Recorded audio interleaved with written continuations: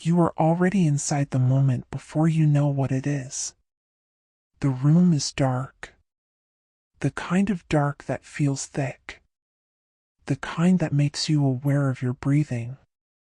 You are lying in bed and something is sitting on your chest. Not weight, exactly. Pressure. Like the air itself has leaned down to watch you. You cannot move. You cannot call out. You can only feel the mattress beneath you and the darkness above you and the slow, cold certainty that whatever is in this room with you is not your husband. It knows that too. And then it opens your mouth. The year is 2004. The month is May, which in Vasai means the air smells of salt and slow heat, the kind of heat that settles into the walls of buildings and stays there through the night. Vasai sits just north of Mumbai, close enough to the city to hear its ambition in the distance but far enough removed that the roads are still rough and irregular, the kind of roads that angle off without warning and end in somewhere you did not expect. In 2004, this was not a developed place. It was a place of small houses and large silences. It was a place where the spaces between things were still wide enough for something old to live undisturbed. Smita and Rajesh lived in one of those small houses. They had lived there long enough that the neighbors knew them by sight, knew their routine, knew the sound of their door in the evening when they came home from work. They were the kind of couple that a neighborhood builds itself around without noticing. Ordinary in the best possible sense of the word. Rajesh was steady and careful, the kind of man who double-checks the lock at night. Smita was warm in a way that made rooms feel slightly larger. She was also, in May of 2004, 7 months pregnant. This is the detail that matters. Hold it. They were happy. Smita's family was happy. Rajesh moved through his days with the particular alertness of a man who is waiting for the best thing that has ever happened to him to arrive. He was protective in small, constant ways. He cleared the path before she walked it. He slowed his pace to match hers. He watched the road when she looked elsewhere. He was watching the road that night. So he did not see what found her in the dark. It was their habit, after dinner, to walk. Not far. Usually just the perimeter of their building, a simple loop that gave Smita some movement and gave Rajesh the comfortable feeling of a day ended properly. But that evening in May, the night was mild and the air was not yet unbearable, and Smita had not been outside in several days, and so without discussing it at length they simply kept walking when they reached the corner. They turned onto the long road that ran through their part of Vasai. The shops on either side were closed and dark. No customers, no owners, no light. Just their footsteps on uneven pavement and the sound of the night around them. It was approximately 10 in the evening. Rajesh noticed the old bungalow first because it was the kind of thing you notice before you can say why. It sat back from the road, abandoned for so long that it had started to become something else. Not a house anymore. A shape. A shadow pretending to be architecture. Every window was dark in a way that felt intentional. The gate had been shut for years, and whatever was inside had been left to do whatever it wanted in the dark for what looked like decades. Smita slowed when she saw it. "Who leaves a house like this?" she said. The question was ordinary. The tone was curious, not alarmed. Rajesh made some gentle, absent response. They were passing it now. There was a tree at the edge of the property where it met the road. Old. Large. The kind of tree that has been somewhere so long it begins to seem like it arrived before the road did, before the buildings did, before anyone thought to build anything nearby. Smita walked under it because it was where the pavement went and she was not thinking about it. Rajesh was. He said, "Be careful." He had heard things, he said, things people said about old trees and abandoned places, the kinds of warnings that get passed around in neighborhoods without anyone ever being able to say exactly where they came from. He said it lightly, because he did not fully believe it, because he was a careful man but also a rational one. Smeda walked under the tree. They walked home. Smeda seemed fine. She was fine. For a few days, she was completely fine. Then she was not. It began with silences. Smeda had never been a silent person. She was conversational, engaged, present in the way that some people are present, filling space without overwhelming it. But in the days after the walk, she became quieter in a way that Rajesh first attributed to fatigue and then to the ordinary stresses of late pregnancy, and then, because he was a kind man who loved his wife and did not want to cause alarm, to nothing at all. He told himself it was nothing. And then she stopped letting him near her. Not dramatically. Not with a confrontation. She would simply, if he sat down beside her, get up. Move to another chair. Put distance between them without explaining it. If he reached for her hand, something in her expression closed like a door. Rajesh thought, mood swings. Rajesh thought, the last weeks of pregnancy are difficult in ways I cannot understand. Rajesh thought, this is normal. He told himself that too. The silences during the day he could manage. What he could not manage, what started to undo the explanation he had built for himself, was what happened at night. She would wake screaming. Not always screaming, sometimes whispering, which was worse. She would sit up in the dark and say that someone had touched her. That someone was standing by the bed. That whenever she closed her eyes she felt the sensation of weight, of presence, of something pressing down on her chest from above.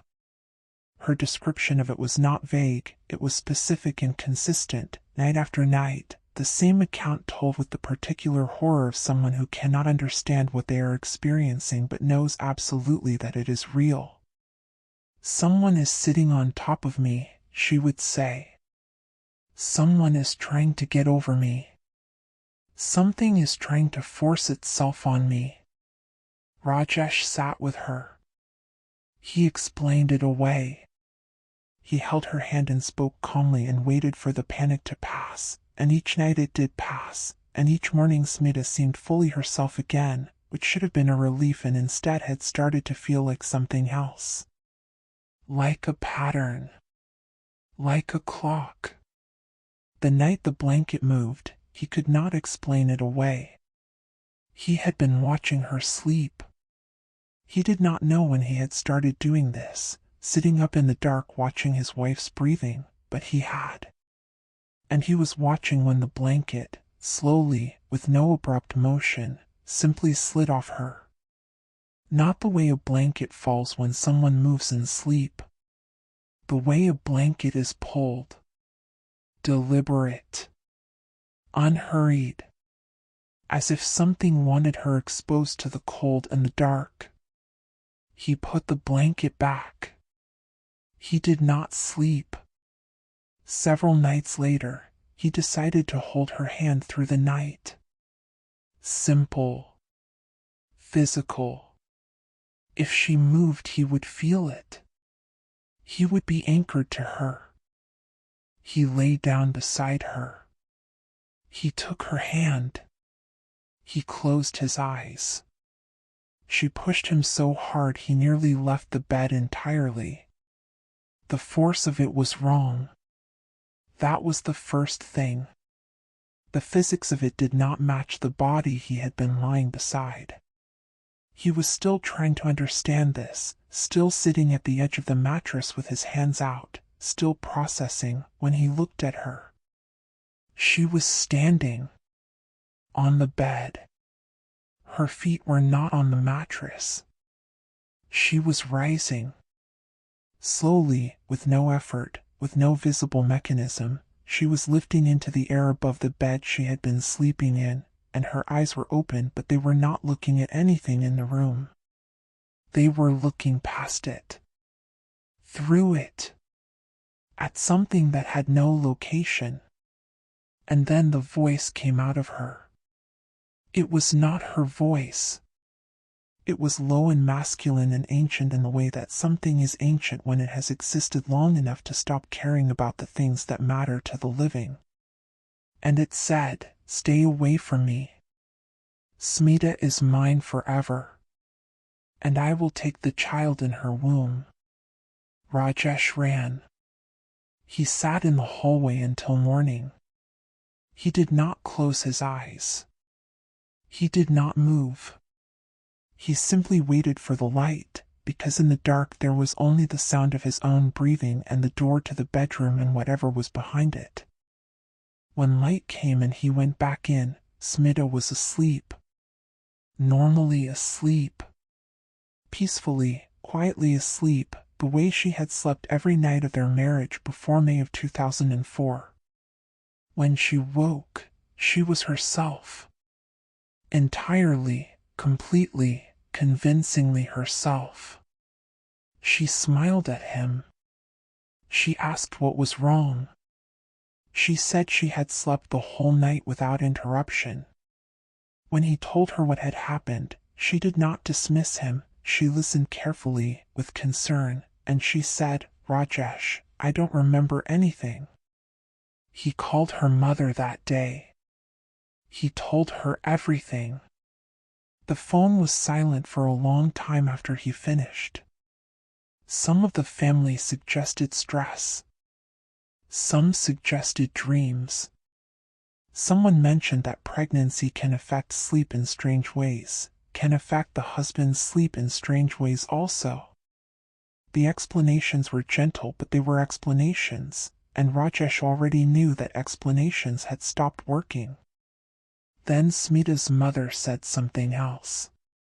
Her voice was quiet and careful, the voice of a woman who had carried certain kinds of knowledge for a long time and was now deciding whether to use them. "Put a lemon under her pillow tonight," she said. "And if it turns black by morning, call me immediately. Because if it does, this is not a health matter." He placed the lemon at 11:30 at night, after Smita was already asleep. He did it carefully, the way you handle something fragile.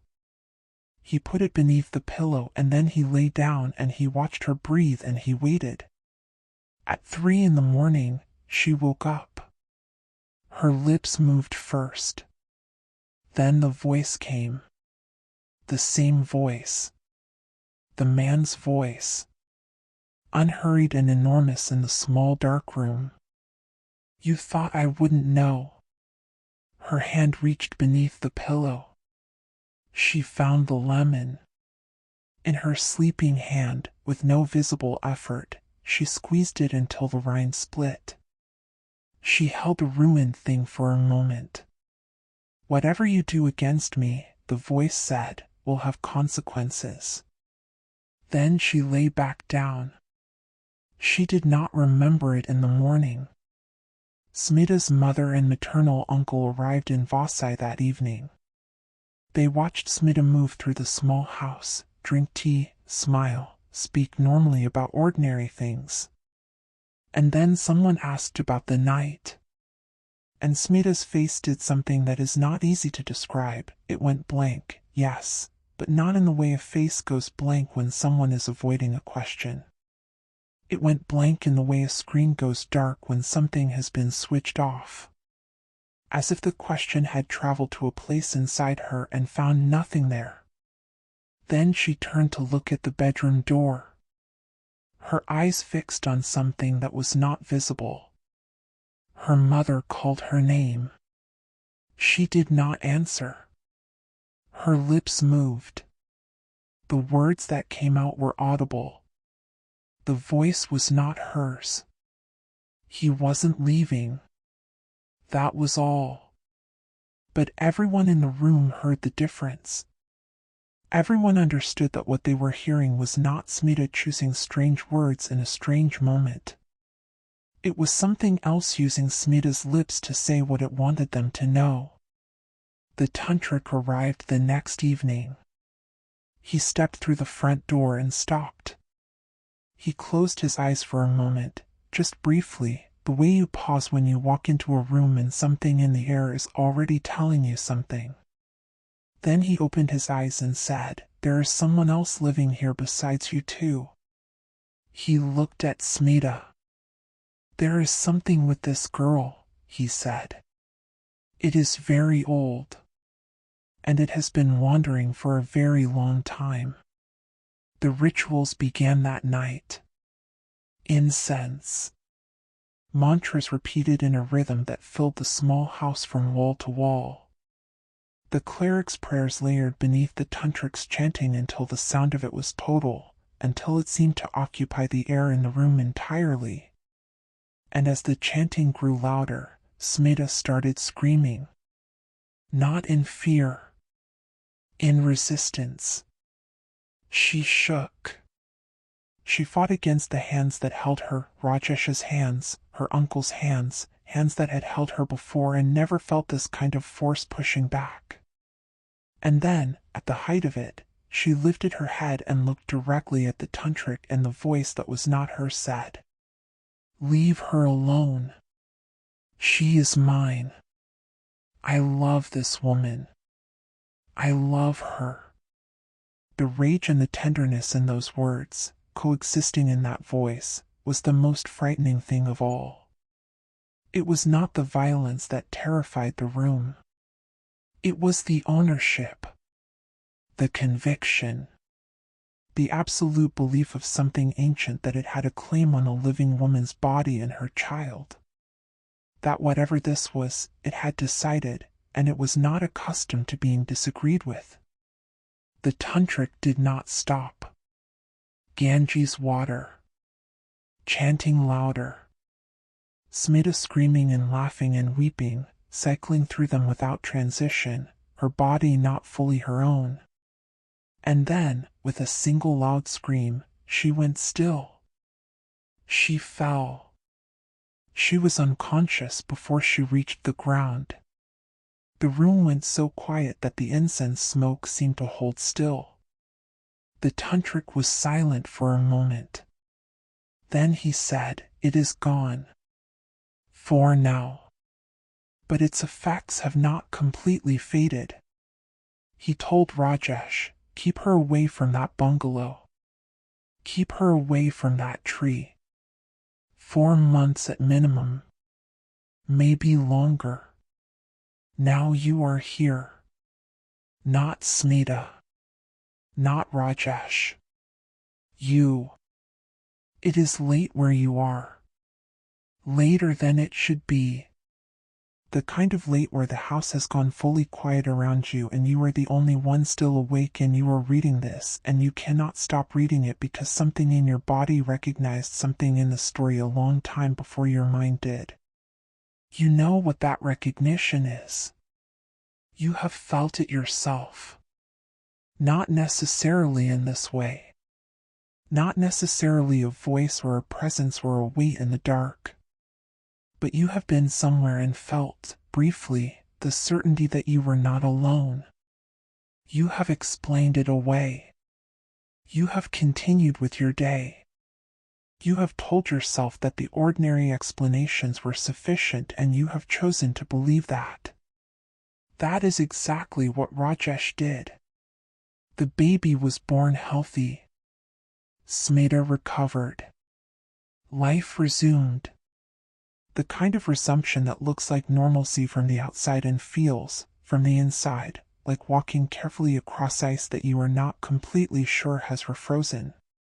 But here's what Rajesh's family will tell you today, in 2024, 20 years after that walk through Vasai on a mild May night. On nights when there is no moon, the new moon, the darkest nights of the month, Smita's sleep changes. Her voice sometimes goes hoarse. She says things she does not remember saying. She wakes in the morning with no memory of the night and no way to know what she said or did or what came to look at her through her own eyes while she slept. The tantric said it was gone. But the family uses the word gone the way you use the word silent in a room that was just loud. Not absent. Quiet. Waiting. And somewhere in Vasai, on a rough road lined with closed shops, there is a tree. Old. Large. The kind of tree that does not need anything from you. It was there before the road. It will be there after everything built near it has been abandoned. The bungalow beside it is still locked. Has been locked for longer than anyone nearby can exactly remember. The people who walk past it at night do so quickly, without making eye contact with the windows, without stopping. No one has ever explained to them to do this. They simply do. I want to talk to you for a moment. Not about Smita, not about Vasai, not about the thing that made its home inside a pregnant woman in a quiet house in 2004. About you. Because you are awake at this hour for a reason, and part of that reason is a very human one. We are afraid of the dark not because we are irrational, but because the dark is genuinely where most of the things we cannot control live. We have built so much to push it back: lights, phones, screens, noise, and in the small hours of the morning all of that is still going, but the dark is still there underneath it, patient, the way it has always been patient. The thing about this story that lodges in you, if you let it, is not the levitation or the voice or the lemon crushed in a sleeping hand. It is the part that comes after. The ordinary morning. The normalcy.